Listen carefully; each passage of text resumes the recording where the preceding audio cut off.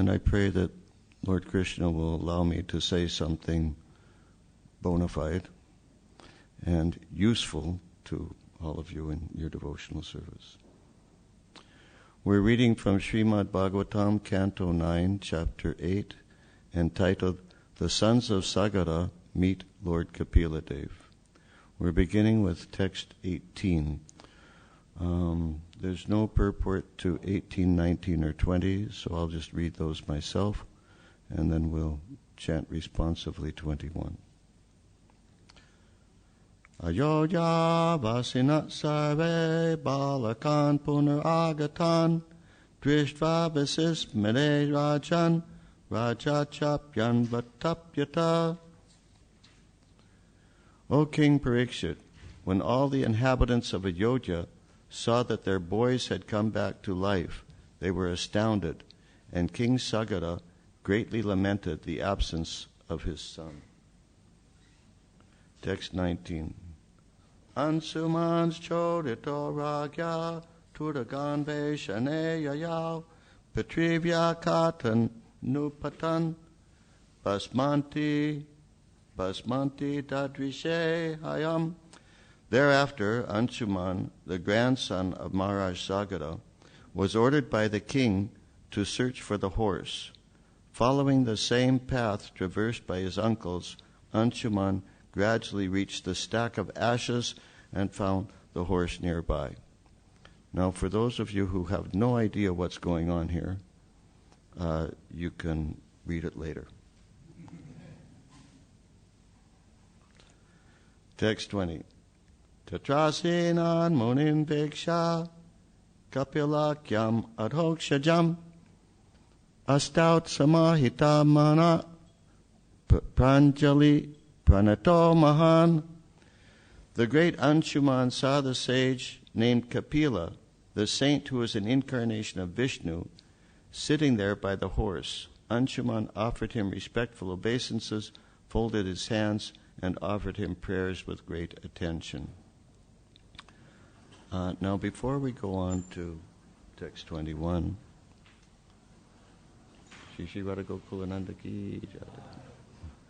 before we go on to text 21, I'm going to make a comment about this pastime, or about this kind of pastime, which may not seem to have anything to do with Krishna or anything to do with my practical trials and tribulations in life.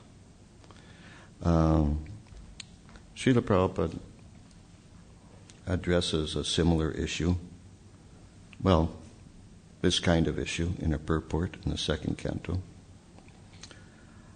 He says, Maharaj Parikshit did not ask his spiritual master, Shukadev Goswami, to narrate Lord Krishna's pastimes in Vrindavan. He wanted to hear first about the creation of the Lord. Shukadev Goswami did not say that the king should hear about the direct transcendental pastimes of the Lord. The time was very short, and naturally Shukadev Goswami could have gone directly to the 10th canto to make a shortcut of the whole thing, as generally is done by the professional reciters. Logical, right? He had 7 days. There's 18,000 verses in the Srimad Bhagavatam. Let's just cut to the chase, right? But that wasn't the mood of either Shukadev Goswami or Maharaj Parikshit. But neither the king nor the great speaker of Srimad Bhagavatam jumped up like the organizers of Bhagavatam.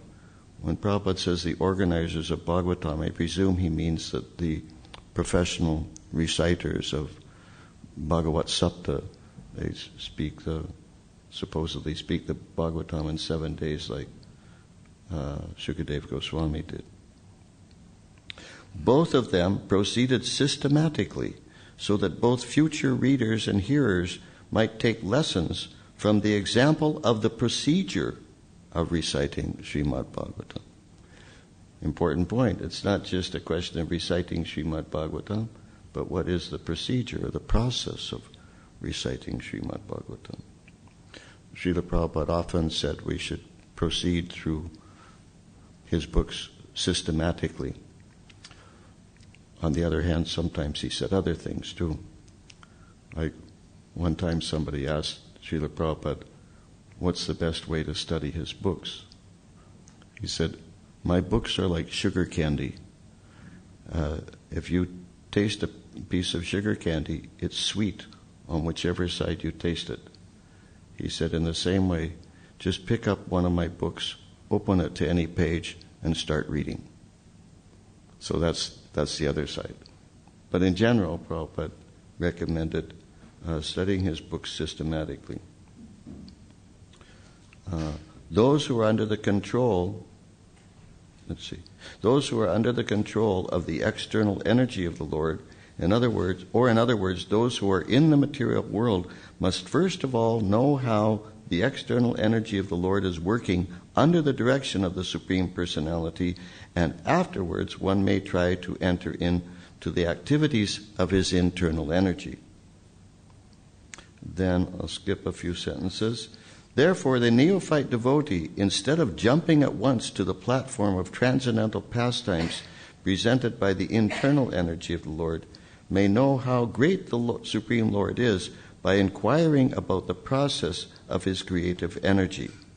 In the Chaitanya Charitamrita also, descriptions of the creative energy and the Lord's hand in it are explained, and the author of Chaitanya Charitamrita has warned the neophyte devotees to be seriously on guard against the pitfall of neglecting knowledge about Krishna in regard to how great he is.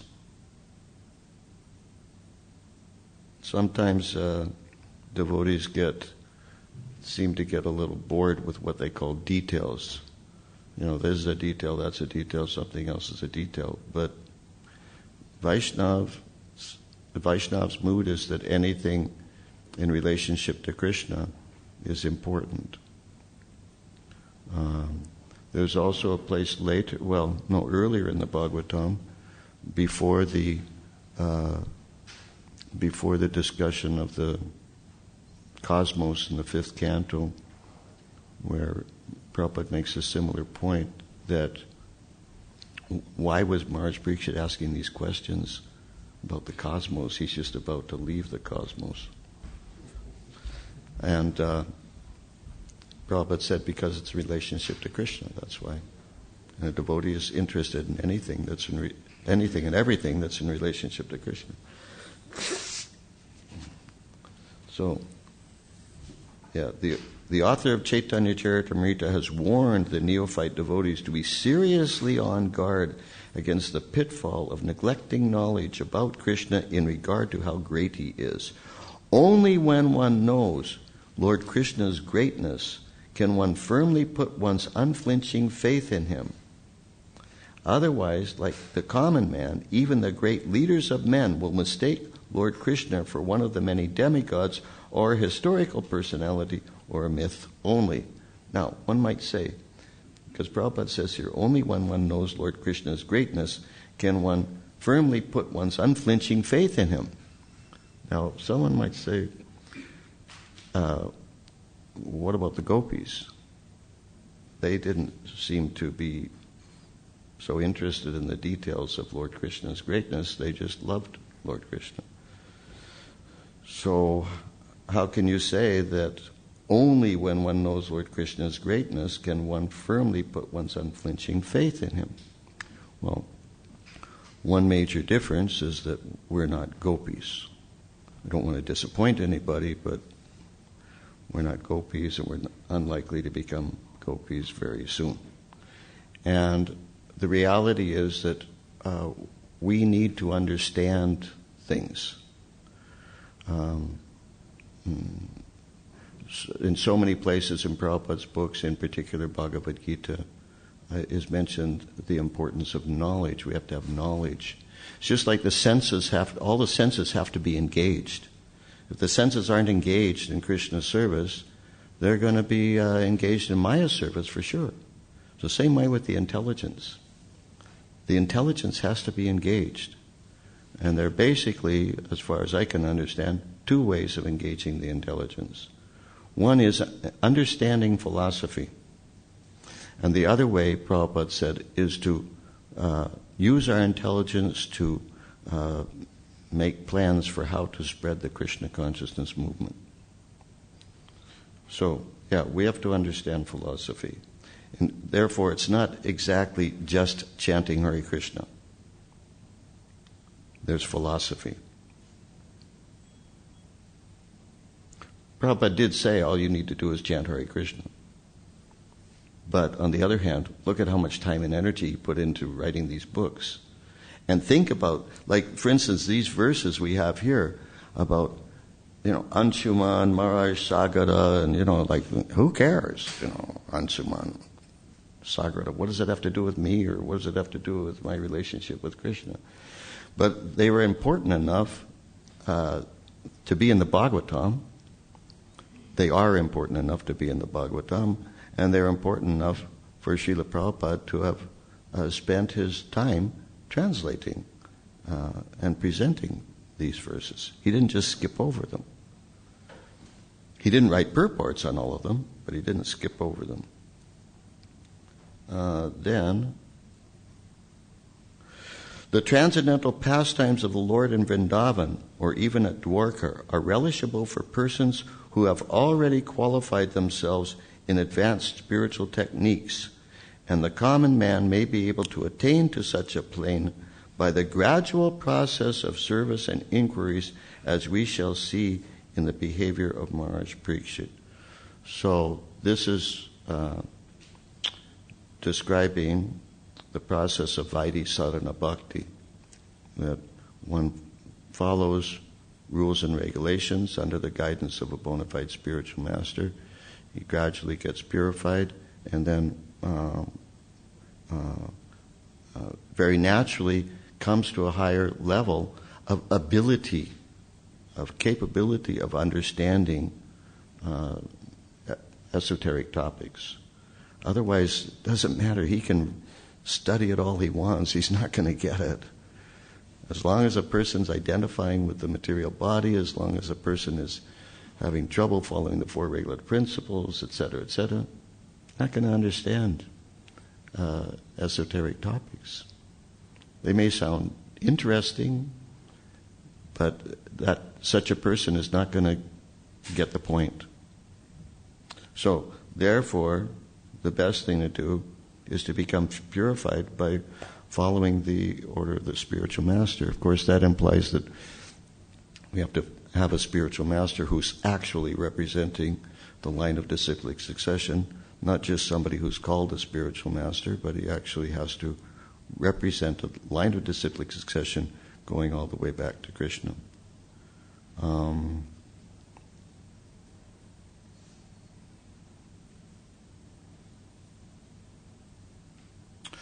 So whether we understand these things that are mentioned is not important. We should simply hear it. We can hear it over and over and over again.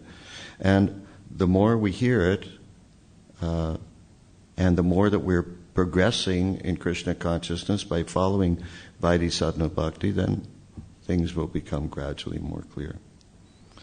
And here, in this particular case, there is you could say, a conclusion that's interesting to us, because Anshuman met Lord Kapila who's an incarnation of Krishna. Translation by Srila Prabhupada.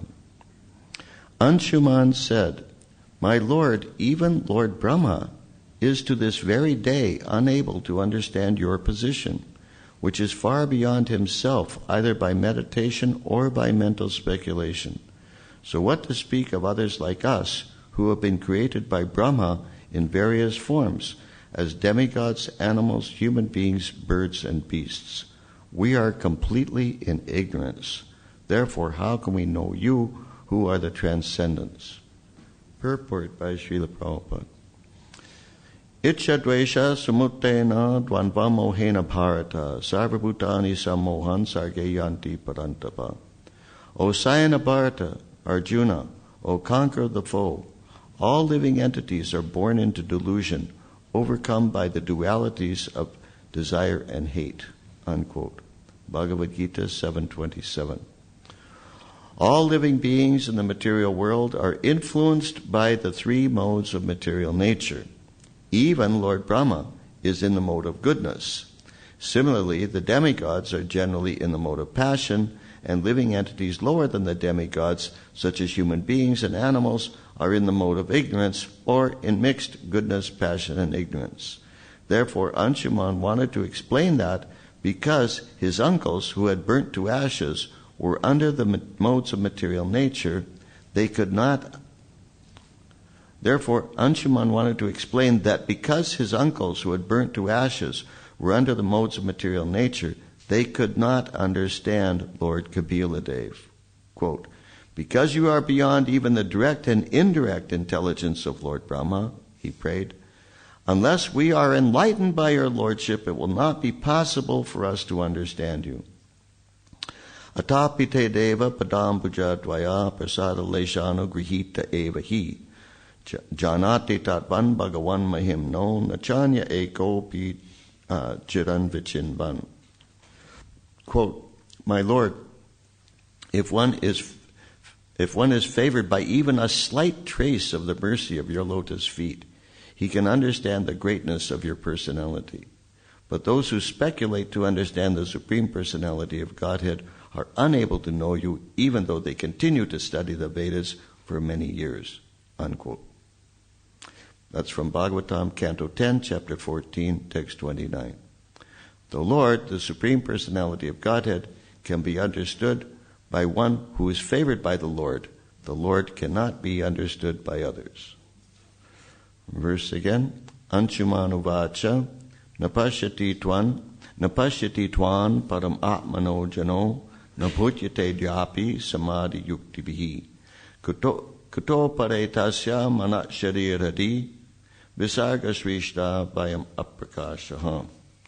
Anshuman said, my Lord, even Lord Brahma is to this very day unable to understand your position, which is far beyond himself either by meditation or by mental speculation. So what to speak of others like us who have been created by Brahma in various forms as demigods, animals, human beings, birds, and beasts. We are completely in ignorance. Therefore, how can we know you or the transcendence?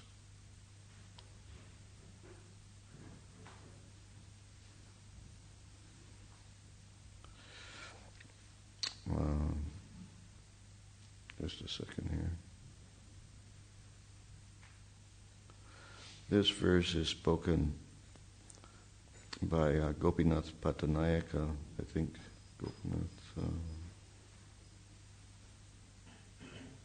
Gopinath Acharya. In the Chaitanya Charitamrita, same verse. So, Srila Prabhupada comments here also about this point.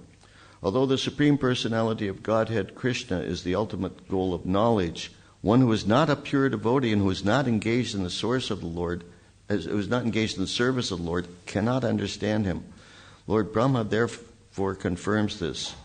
Vedeshu durlabham. It is very difficult to understand the Supreme Lord simply through one's studies. However, it is very easy for the devotees to capture the Lord. So then, why should we study if you can't know the Lord through studies?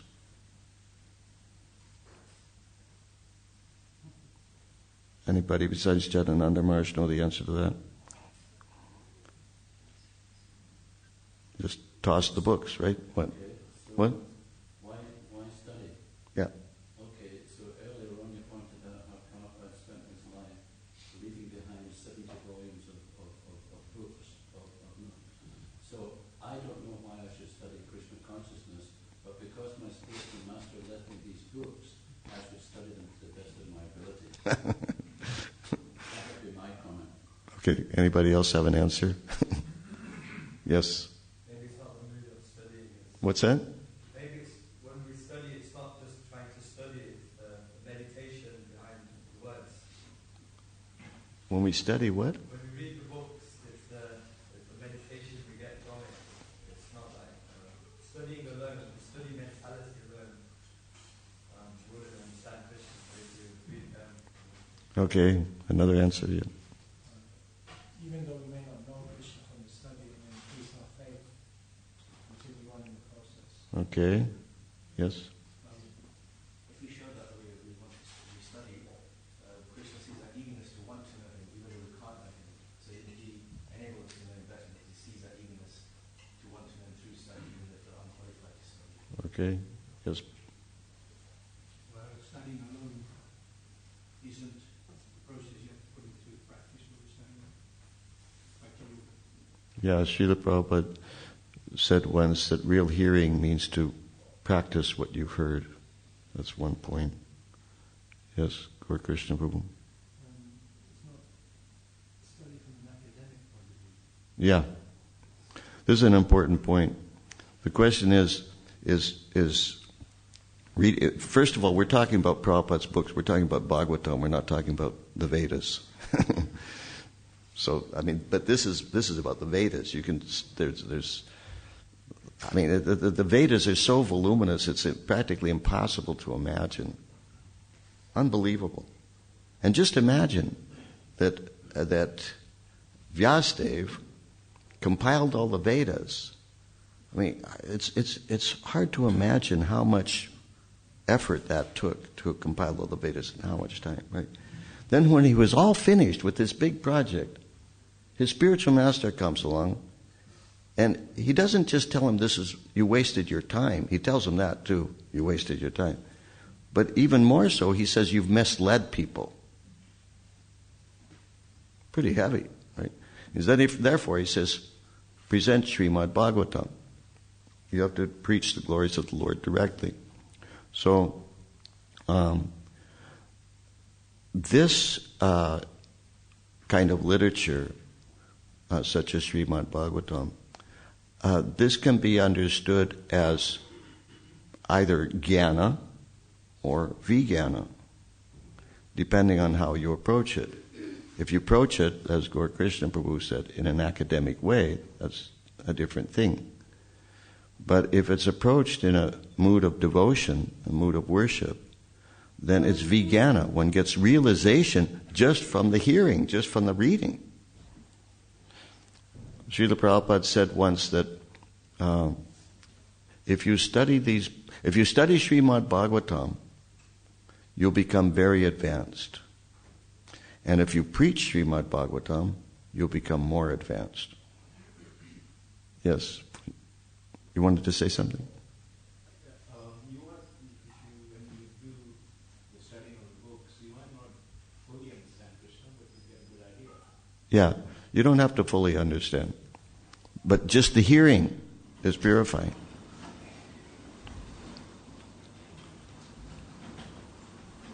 Just like in the Chaitanya Charitamrita, Prabhupada says that just by hearing the names of the associates of Lord Chaitanya, one becomes purified. So it's a different kind of studying, but still, you can't just study, you can't just read books. I remember many years ago, I met a couple who were reading the Bhagavatam together, husband and wife, like every day for hours. I don't know how they did that. Somehow that they were independently wealthy or something, but they just read the Bhagavatam for hours. But it was almost impossible to engage them in any kind of service. So what are they understanding from the Bhagavatam? Okay, so, I mean, even they weren't doing any service in their own home. It's not just that they didn't want to do it at the temple. They didn't want to do any service. They just wanted to read Srimad Bhagavatam. Of course, eventually, one would presume that they would get purified and then eventually want to do service. Okay, so then, no one can conquer the Supreme Personality of Godhead, but the Lord consents to be conquered by His devotees. That is His nature. As stated in the Padma Purana, famous verse, who knows it? Not Maharaj, anybody else? On this topic? Same point, it's famous verse. Come on. Huh? What's that? No? Atat Sri Krishna namadi na bhaved grayam indriyai sevam mukhi jivado swayam evasparatita. That we can't understand Krishna by our blunt material senses or by our own endeavors. Only by loving devotional service, when the Lord is pleased to reveal himself to his devotee, then, and only then. One time Prabhupada said that, he was talking about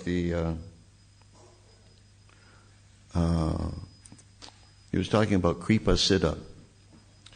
And of course we know there's three kinds of perfection. There's Sadhan Siddha, Kripa Siddha, Nitya Siddha. Nitya Siddha means one who's eternally liberated. Sadhan Siddha, we're not that, okay? We're not Nitya Siddha, okay? Sadhan Siddha means one who has become perfect by his fantastic sadhana, which also does not include us. And the other is Kripa Siddha. That means that one becomes perfect by the mercy of Guru or Krishna or both. So Prabhupada said one time that any perfection that my disciples have achieved or any advancement that they've made, he said it's due to Kripa. He said it's Kripa Siddha. So just by the mercy of the Vaishnava, that's all. That's what we need. We need Krishna's mercy, and in order to understand Krishna, and we also need the mercy of the Vaishnavas who already have Krishna's mercy in order to understand Krishna. So then the question is, how do you get the mercy of the Lord? How do you get the mercy of the Vaishnava? Anybody know? Yes.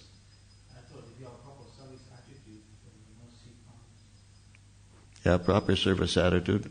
Yeah, which means actually doing the service too. Okay, something else? Yeah. What's that? Submissive. Yeah, the thing is that it's very important to understand what is the mission of the Lord and what is the mission of his pure devotees, his representatives, and try to help them in their mission. In other words, to serve the Lord and the Vaishnavas the way they want to be served, not just the way we want to serve them. One time Srila Prabhupada said, if you want to know how to please me, ask me. Seems simple. But of course, we may say, well, Srila Prabhupada isn't here to ask right now. Well, that's not entirely true. Because even now that Srila Prabhupada has, his Vapu has left us, but that doesn't mean he's gone. And by praying sincerely to Srila Prabhupada and trying to execute his mission, actually we can get instructions, we can get guidance from Srila Prabhupada, even now, from within the heart. Besides that, he's giving his guidance in his books. If we want to know how to get the mercy of Srila Prabhupada and the mercy of Krishna, all we got to do is study his books. Everything's there. Prabhupada said that many times. He said, everything's there. Everything's in my books. One time a devotee asked Srila Prabhupada, Srila Prabhupada, you have so many disciples spread all over the world, like thousands of disciples. And some of these disciples Prabhupada had never met. In the 70s, as far as I know, probably most of the initiations, at least many initiations, maybe most of them, did not happen with Srila Prabhupada's physical presence. Like, for instance, Maharaj, you know anything about that? Yeah. Huh? What you say is true. Yeah. Like, for instance, my initiation was that the temple president, the standard system was the temple president wrote a letter to Prabhupada recommending so-and-so. Prabhupada writes it back and he says, okay, his name is such and such. Have a fire sacrifice. Have so-and-so Maharaj chant on his beads. Prabhupada didn't even chant on the beads. He had one of the sannyasis chant on the beads, right? Or some other senior devotee. And then you can hold a fire sacrifice and give him its name. So, Srila Prabhupada had not met, like face to face, or talked to a lot of these devotees. And he had disciples in South America. He only went once to South America, one city, Caracas, Venezuela. But he initiated quite a few devotees in South America. But they never met him. They never saw him. So the devotee was asking, how do they know whether they're pleasing you? And Prabhupada said, it's in my books. If they want to know how to please me, read my books. Made it seem like it's a very simple thing.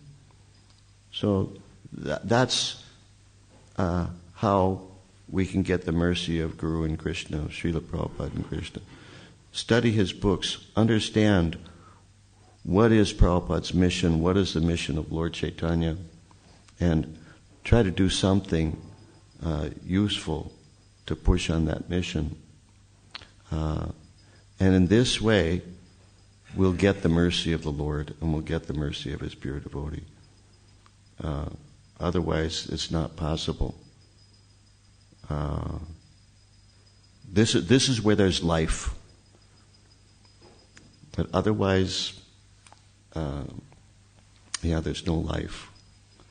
And what is put forward as spiritual life can be quite boring. But if we beg for the mercy of Guru and Krishna and try our utmost to do whatever we can to fulfill their mission, then certainly the Lord and his pure devotee will give that mercy. And that means free from material attachments and experiencing the ecstasy of real spiritual life. Any questions or objections?